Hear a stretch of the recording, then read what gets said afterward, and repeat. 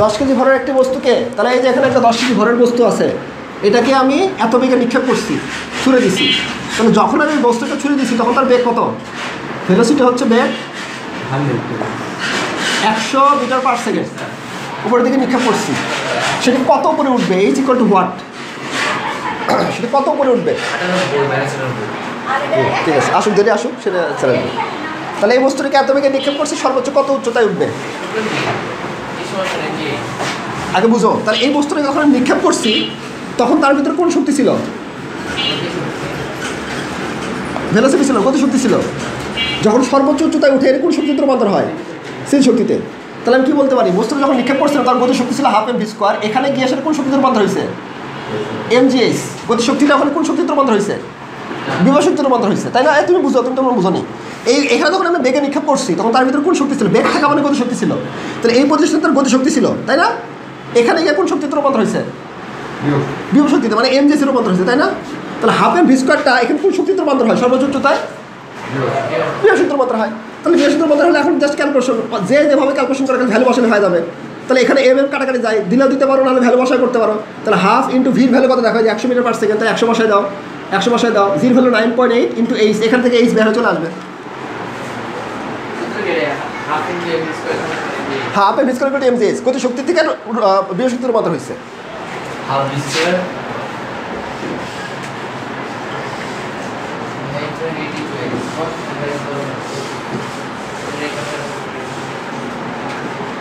আচ্ছা, দ্বিতীয় অধ্যায় কনসেপ্টে করা যাবে, কেউ কি পারবা? আচ্ছা দেখো না, এত বেগে নিক্ষেপ করছো, সর্বোচ্চতায় কি জিরো হয়? বেগ জিরো হয় না? সর্বোচ্চতা বেগ জিরো হয় না, তাহলে এটাকে আদি বেগে চলে যাবে না? আদি বেগ কত? 100 মিটার পার সেকেন্ড। আমার এইচ বের করতে হবে, তাই না?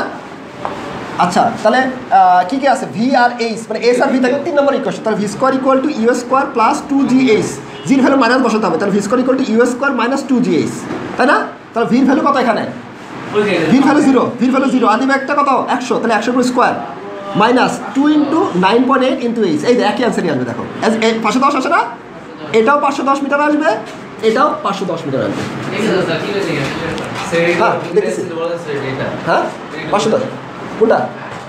এটা বলে দিচ্ছি আগে, বলতেছি তোমার দেখে। হ্যাঁ, এখন তাকাও, মনোযোগ দাও। যখন আমি বস্তুটাকে মারছিলাম, কত বেগে মারছিলাম? যখনই তুমি এই দেখো কলমটা যখন আমি নিক্ষেপ করবো উপর দিকে, ধর আমি মারছি, ইনিশিয়াল স্টেজের বেগটা হচ্ছে এত, এই যে 100 মিটার পার সেকেন্ড, এটা হচ্ছে মারার সময় বেগ, মারার সময়ের বেগ, বুঝছো? তার মারার সময় যদি বেগ থাকে তাহলে তার কি শক্তি থাকে? গতিশক্তি থাকে, গতিশক্তি থাকে, তাই না? তাহলে এই যখনই তুমি মারছো, যখন তখন হাইস্ট গতিশক্তি ছিল না? সেই গতিশক্তিটা বলছি সর্বোচ্চ কত করে উঠবে? এখন সর্বোচ্চ উচ্চতায় যখন যায় তখন ভেলোসিটি 0 হয়, যায় না? তখন কোন শক্তিটা জমা হয়, রূপান্তর হয় তখন বিভব শক্তিতে। তাহলে এই গতিশক্তিটা ইনিশিয়াল স্টেজের গতিশক্তিটা হাফ এম ভি স্কোয়ারটা এখানে কোন শক্তিতে রূপান্তর হয়েছে? mgh রূপান্তর হয়েছে, সেখান থেকে লিখছি। আর এটা কি কাজ না? তাহলে এখান থেকে যে কাজটা করছো সেটাই গতিশক্তিতে রূপান্তর হয়েছে, সেটা আবার বিভব শক্তিতে রূপান্তর হয়েছে। কিন্তু আমার এখানে কাজ বের করতে বলে নাই, আমাকে জাস্ট এই দুটো শক্তির রূপান্তর থেকে আমি এখান থেকে ভিটা এইচটা বের করে নিব। অথবা এই যে দ্বিতীয় অধ্যায়ের কনসেপ্টে করতে পারছি যে এখানে বেগে মারছিলাম, এত বেগে মারছিলাম, সর্বোচ্চতায় কি 0? বেগ 0, সর্বোচ্চ বেগ 0 না? এডিএইচ 0 ধরা পড়ছে। দেখো এর টাকা আছে না? আমি বলি এই যখন টাকা ছিল অন্য চিন্তা করছিল, বুঝতে পারছি। এলাগুলো হবে না কিন্তু, মনে দাও। তাহলে এখানকার বেগ ছিল 100 মিটার পার সেকেন্ড, এত মারছিলাম, সর্বোচ্চতায় বেগ 0, উচ্চতা বের করতে হবে এইচ। তাহলে ভি আর এইচ থেকে 3 নম্বর ইকুয়েশন দিয়ে এইচ বের চলে আসছে। চোখটা খোলা রাখতে, এটা তো আগে বুঝছো, এখন এটা বুঝছো, লাগবে কনসেপ্ট লাগবে। চলো নেক্সট ম্যাচে যাই, পড়ো ধাপা ধাপ এক লাইনে অঙ্ক করে দাও। তাহলে যদি 20 নিউটন বল প্রয়োগ করে কোনো বস্তুকে, তাহলে একটা বস্তু আছে, এর উপর আমি এফ ইকুয়াল টু 20 নিউটন প্রয়োগ করছি, 20 নিউটন বল প্রয়োগ করে অবশ্যই তার একটা স্মরণ ঘটবে। কত জুল কাজ করছি? ডাব্লিউ ইকুয়াল টু 800 জুল কাজ সম্পন্ন করছি। তাহলে অতিক্রান্ত দূরত্ব যে এস, এটাই কত ওয়াট? এক লাইনে ম্যাচ শেষ, একদম সোজা। হ্যাঁ না, শীট দিব না তোমাদের, পিডিএফ আছে, চাইলে আমি এখানে তোমার প্রিন্ট আউট করে দিতে পারি, সব কিছু দিতে পারি। ওটা লিখছো ঠিক আছে, টাইপ লিখছো ঠিক আছে, টাইপের ম্যাথ করতেছো, এক লাগে নিচ্ছে। আচ্ছা করো, টাইপগুলো ভাগ করা থাকলো তোমার, বোঝা গেল। আর এটা শীট তো দিয়ে দেবো তোমার, তুমি চাইলে হ্যান্ড নোট নিতে পারো, তুমি চাইলে পিডিএফ নিতে পারো, সবই তো আছে। করো অঙ্ক করো, দেখি কেমন করছো। অ্যান্সার কত আসে? 40 আসবে। তুমি কি করছো? হ্যাঁ তাহলে মিটার লেখো। এই যে এত নিউটন বল প্রয়োগ করছি বস্তুটার উপর, 800 জুল কাজ সম্পন্ন করছি, ডাব্লিউ ইকুয়াল টু 800 জুল দেওয়া আছে, অতিক্রান্ত দূরত্ব এস ইকুয়াল টু হোয়াট। হ্যাঁ তাহলে আমরা কি জানি W equal two F S, তাহলে ডাব্লিউ ভ্যালু হচ্ছে 800, এফ এর ভ্যালু হচ্ছে 20 নিউটন, এখানে এসটা বেরো চলে আসবে, এ পাশে 20টা গুণ ছিল, এ পাশে গেলে ভাগ হয়ে যাবে, তাহলে এস ইকুয়াল টু 800/20, 2 দিয়ে কাটা মানে হচ্ছে 40 মিটার।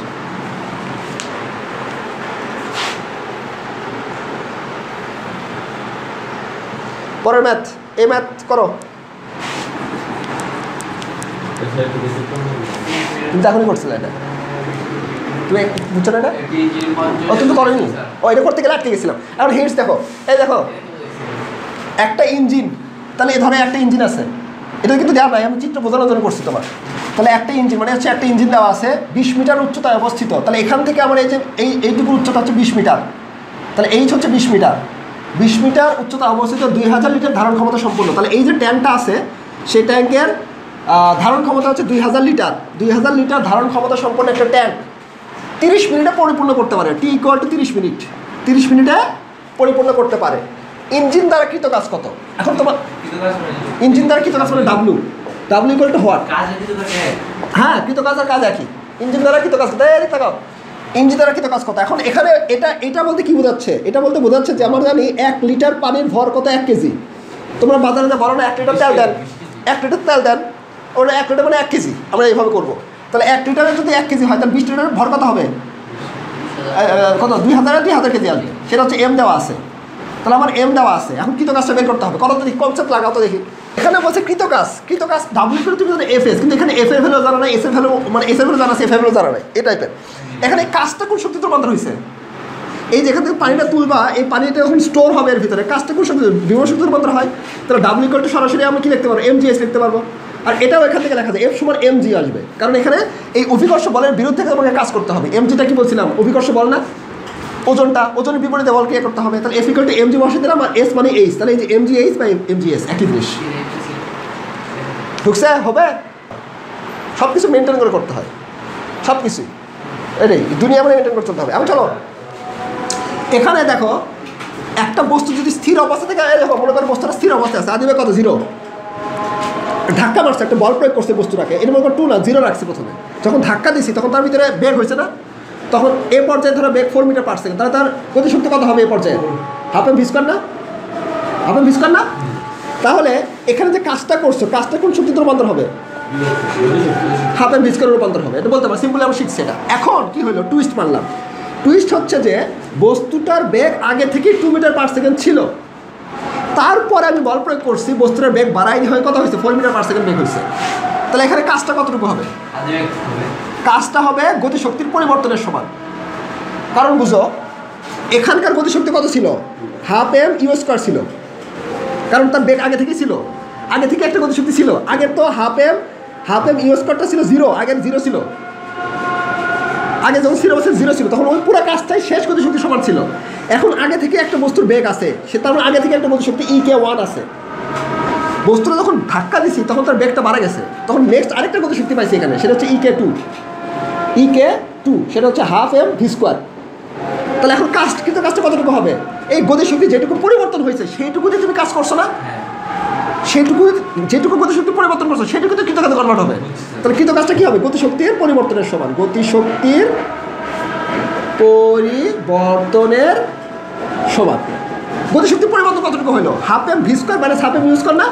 তাহলে ডাব্লিউ সমান লেখা যাবে না, এই দুটো নোট করবা, এটাও লিখবা এটাও লিখবা। তাহলে কৃত কাজটা গতিশক্তির পরিবর্তন সমান, অতএব W equal to half M V square minus half M U square লেখা যাবে। দেখো এই কনসেপ্টটা অঙ্ক করবে একটু পর।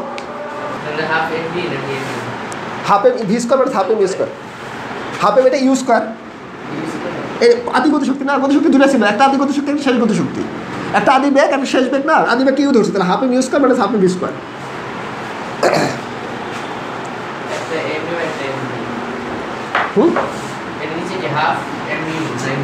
হাফ এম ইউ স্কয়ার, এটা হচ্ছে হাফ এম ভি স্কয়ার। তাহলে গতিশক্তির পরিবর্তনটাই হবে কাজের সমান। থেমে গেলে বেগ শেষ বেগ কি হয়? 0 হয় না, বড় সুদের বসাও। থেমে দেওয়া পুরো মুহূর্ত ঠিক আগে, ঠিক থেমে দেওয়া পুরো মুহূর্ত মানে এটি বোঝাচ্ছে, এটা ফিজিক্সের ভাষা বুঝতে হবে, ন্যাচারাল ভাষা ফিজিক্সের ভাষা আলাদা। থেমে যাওয়ার পুরো মুহূর্তে মানে কি ঠিক এই মুহূর্তে থেমে যাওয়ার একটু আগে বেগ কত হয় 0 হয় না মানে ওই থেমে যাচ্ছে মানে বেগ 0 হয়ে যাচ্ছে হ্যাঁ তাহলে এখন ভ্যালু বের করলে হয় এবার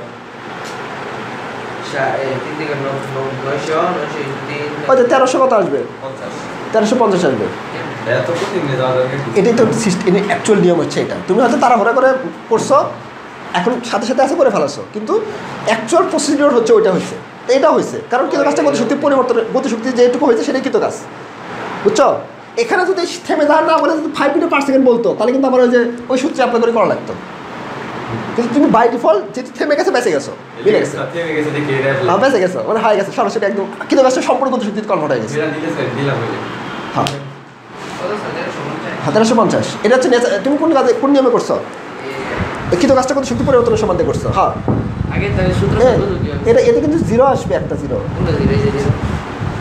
শেষ বেগ 0 আসবে না শেষ বেগ 0 আসবে হ্যাঁ হাফে বিস্কার মানে হাফে নিউজ কর এই দেখো তোমার কিন্তু চূড়ান্ত একটা সিস্টেম হয়েছে তোমার অ্যান্সারটা নেগেটিভ আসছে না অ্যান্সার নেগেটিভ আসছে না নেগেটিভ অ্যান্সার হবে অ্যাকচুয়ালি লেখো মাইনাস এত লেখো স্যার মাইনাস এত জুল লেখো না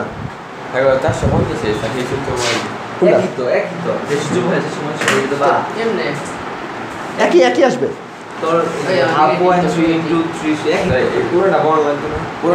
এটা তো 0 আসবে এটা তো পুরোটা 0 আসবে গুণ করলে 0 আসবে বসো বসো এই বসো আমি বলতে দিচ্ছি তাহলে এই দেখো এই ব্লক ছিল তাই না এই ব্লকটার ভর কত ছিল 3 কেজি 3 কেজি ভরের একটা ব্লক ছিল সেই বস্তুটা এত বেগে গতিশীল ছিল তাহলে একটা বেগ হচ্ছে এটা ধরলাম এটা আদি বেগ সেটা কত 30 মিটার পার সেকেন্ড গতিশীল ছিল ধরো এই গতিশীল আছে এখন যখন থেমে যাওয়ার পুরো মুহূর্তে পর্যন্ত তাহলে যখন থেমে যাবে ঠিক সেই মুহূর্তে বেগ কত আগে থেমে যাওয়ার পুরো মুহূর্তে বেগ 0 শেষ বেগ 0 ঘর্ষণ বলের বিরুদ্ধে কী পরিমাণ কাজ করবে তাহলে ডাব্লিউ ইকুয়াল টু ওয়াট আমরা জানি কি ডাব্লিউটা কৃত কাজটি গতিশক্তি পরিবর্তনের সমান তাই না তাহলে যে পরিমাণ কাজটা হবে সেটা কি গতিশক্তি যেটা হবে সেটা কৃত কাজের সমান হবে যদি এখানে থেমে না আগে বেগ থাকতো তাহলে আমি সরাসরিভাবে লিখতে পারতাম W equal to half M V square minus half M U square এরকম তাই না হাফ এম স্কোয়ার মাইনাস যেহেতু থেমে গেছে তাহলে পুরোটা 0 চলে আসবে না ভিটা 0 মানে গুণফলটা 0 তাহলে 0 minus half M U square তাই না হাফ তাহলে মাইনাস দেখো শিকার আছে এখানে মাইনাস হাফ ইন্টু এম এর ভ্যালু কত 3 আর গতিশক্তি কত 30 তাহলে কত আসবে মাইনাস কত 1300 আরে মাইনাস আসবে আমি জানি বলো ওরটা মাইনাস আসছে কারণ আসবে মাইনাস হাফে 1350 আচ্ছা ঘর্ষণ বল এর বিরুদ্ধে থেমে গেছে তাহলে কৃত কাজ নেগেটিভ হবে না গতকালকে পড়ছিলাম একটা কৃত কাজ 2 প্রকার একটা পজিটিভ কাজ একটা নেগেটিভ কাজ তো ঘর্ষণ বলের বিরুদ্ধে কৃত কাজ কি হবে নেগেটিভ হবে না বুঝছো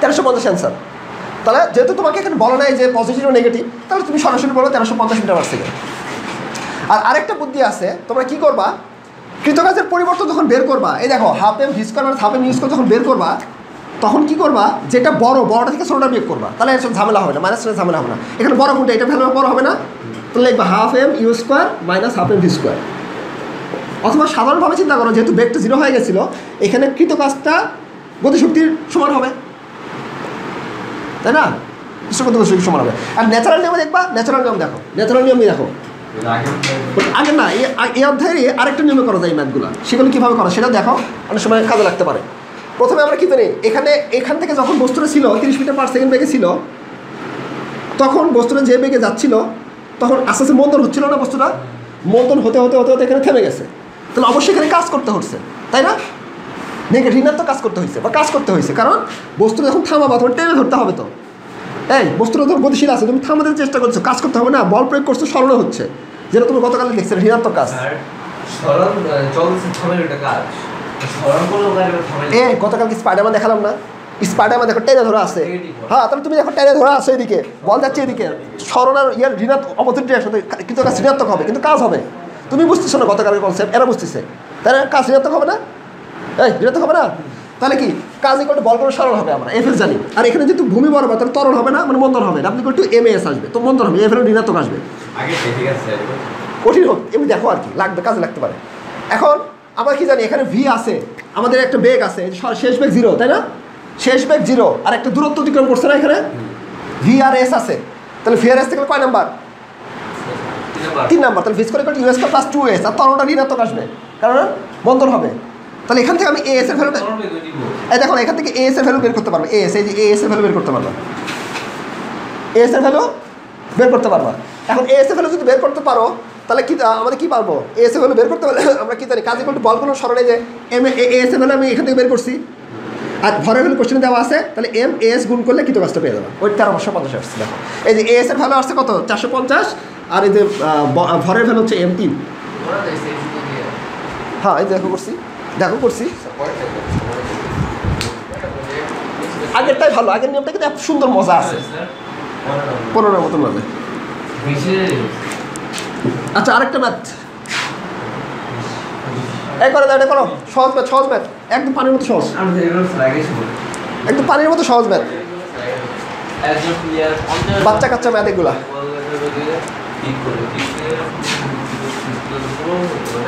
বাচ্চা কাচ্চা ম্যাথ।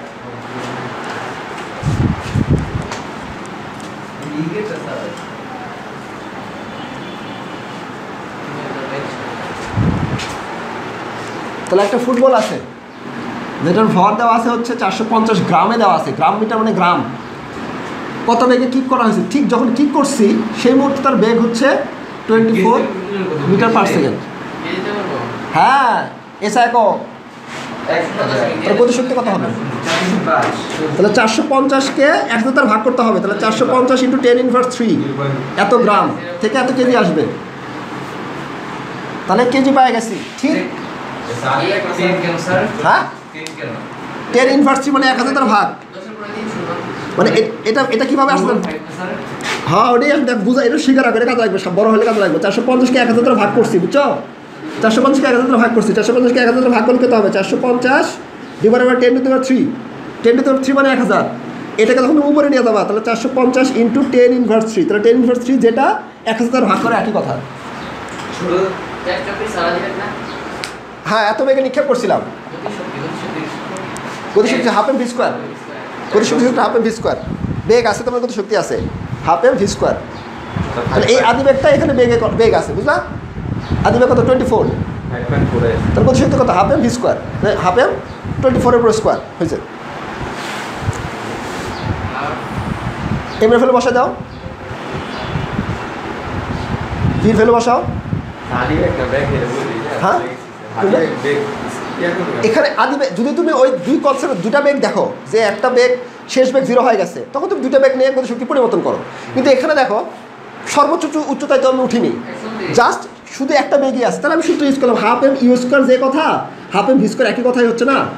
তুমি ভ্যালু বসাতে হবে, এটাকে ভি ধরে নাও, এত বেগে নিক্ষেপ করছে ভি ধরলেই হবে, একই তো। ইউ ধরলে ½ m ইউজ করে অ্যাপ্লাই করো, একই তো আসবে। জুল লেখো এ কার অ্যান্সার কি আসলো? ও স্কোয়ার দাও, ব্র্যাকেট দিয়ে স্কোয়ার দাও। হাফ হ্যাঁ 0.5 মাইনাস এম এর ভ্যালু বসাও 0.45 .4 করো। কি সহজ অঙ্ক ব্যাস লাগা চলেছিল রে, বাচ্চা কাচ্চা ম্যাথ।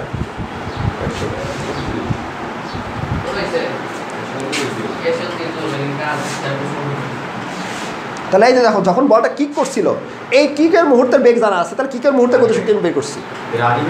হ্যাঁ আদিবেগ দিয়ে গতিশক্তি বের করছি, ঠিক কিকের মুহূর্তে যে বেগটা সেটাই আমাদের বেগ ভি, সেই বেগ দিয়ে আমি গতিশক্তি বের করছি। মানে এই পয়েন্টে তার গতিশক্তি এত, গোলটা দিয়ে দিচ্ছে কিন্তু ফাইনালি ভালোই করছি। 1200 আসে কেন? অ্যান্সার মিলছে সবার?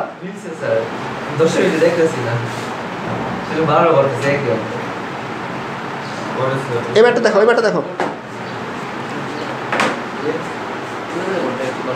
লাস্ট ম্যাথ, আর তো সময় হবে না। নেক্সট দিনে কিন্তু চমৎকার ম্যাথ আছে, ইম্পর্টেন্ট ম্যাথ শুরু হবে নেক্সট দিন। আরও বেলা ম্যাথ আছে, আচ্ছা প্র্যাকটিসের জন্য তেমনি, কিন্তু কনসেপ্টের ম্যাথ কালকে কিন্তু করাবো আবার। তাহলে যে এখানে যখন বস্তুটা এখান থেকে ধরো তুমি উপর থেকে বস্তুটা ফেলে দিচ্ছ, তখন ফেলে দাও, বলছি কি এই মুহূর্তের বেগ দেওয়া, এই মুহূর্তে গতিশক্তি দেওয়া আছে না, ঠিক ভূমিতে স্পর্শ করার মুহূর্তে গতিশক্তি দেওয়া ছিল কত 6.65 সামথিং। তাহলে এই মুহূর্তের বেগ বের করতে বলছে। তাহলে আমরা কি জানি? আমরা জানি যে যখন ভূমি থেকে এখন ছাড়ছিলাম এই পর্যায়ে বেগটা ছিল হাইস্ট, ভর ছিল 2 কেজি, তাহলে এই মুহূর্তে ভূমিতে স্পর্শ করার মুহূর্তে গতিশক্তি ইকে দেওয়া আছে হচ্ছে আমার 6,1,4,6.56 এত জুল। স্পর্শ করার মুহূর্তে বেগ, তাহলে এই পজিশনে বেগ বের করতে বসছে। তাহলে আমরা এই পজিশনে সূত্র কি জানি, ইকে সমান হাফ এম ভি স্কোয়ার। তাহলে এখানে ইকের ভ্যালু বসাই দিলাম, এম এর ভ্যালু বসাই দিলাম, ভি ভ্যালু চলে আসলো। তাহলে half M V square half M U square করতাম। আরেকটা করবা, করো এটা করো, এটা করো করো, তুমি চিন্তা করো আর করো।